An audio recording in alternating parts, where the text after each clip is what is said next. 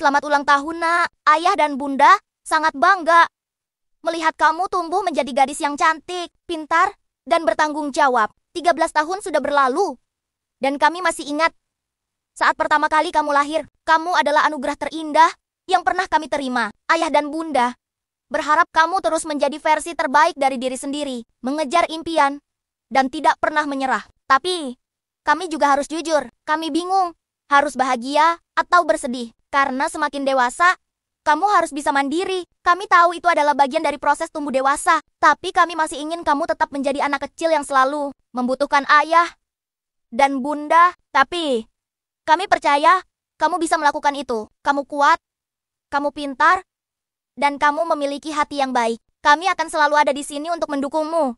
Tidak peduli apapun yang terjadi. Selamat ulang tahun, ayah dan bunda. Cinta kamu lebih dari apapun di dunia ini. 19 Maret 2025. Hari ini kakak tercintaku, Getsa, berulang tahun ke 13 tahun.